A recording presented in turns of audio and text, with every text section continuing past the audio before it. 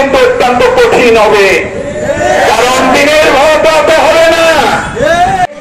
আমরা ঐক্যবদ্ধ বিএনপি হিসেবে আমার বিরুদ্ধে, আমার দলের বিরুদ্ধে, আমার নেতার বিরুদ্ধে যারা ষড়যন্ত্র করে, যারা কুৎসারচনা করে, তাদের সব ধরনের জবাব দিবে।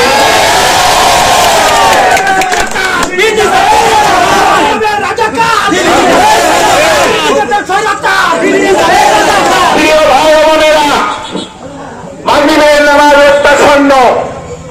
আমি আপনাদের কাছে উদাত্ত আহ্বান জানাবো, বিশেষ করে যারা এই ওয়ার্ড বিএনপির নেতৃবৃন্দ যারা দলের দায়িত্ব নিয়েছেন, আপনারাই কিন্তু আগামী দিনে বিএনপির পরীক্ষার মূল চালিকা শক্তি। আপনারা আমাদের প্রিয় নেতা তারেক রহমান বারবার আহ্বান করেছেন, আপনারা মানুষের কাছে যান, মানুষকে ভালোবাসা দেন, মানুষকে বুকে টেনে নেন, তাহলেই কিন্তু আগামী দিনে আমাদের সেই 16 বছরের সেই কষ্ট আমরা বোঝাতে সক্ষম হব। আগামী দিনে যে নির্বাচন আসবে, সেই নির্বাচন কিন্তু অত্যন্ত কঠিন হবে, কারণ দিনের ভোট হতে হবে না। আমাদের মানুষের ভালোবাসা নিয়ে ভোট নিতে হবে, তাই আমাদেরকে কাজ করতে হবে।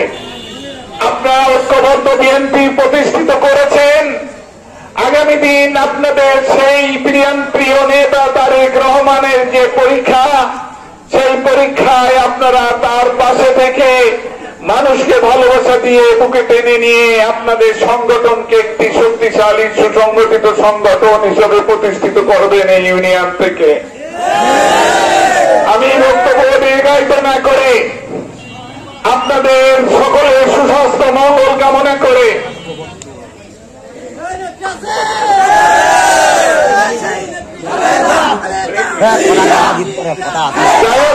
আমি বক্তব্য দীর্ঘায়িত না করে আগামী দিন এই চিংড়া বাজারে এর থেকে আরো বিশাল জনসমাবেশের আয়োজন করবেন আপনারা।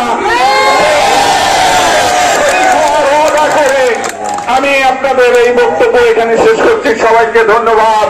খোদা হাফেজ।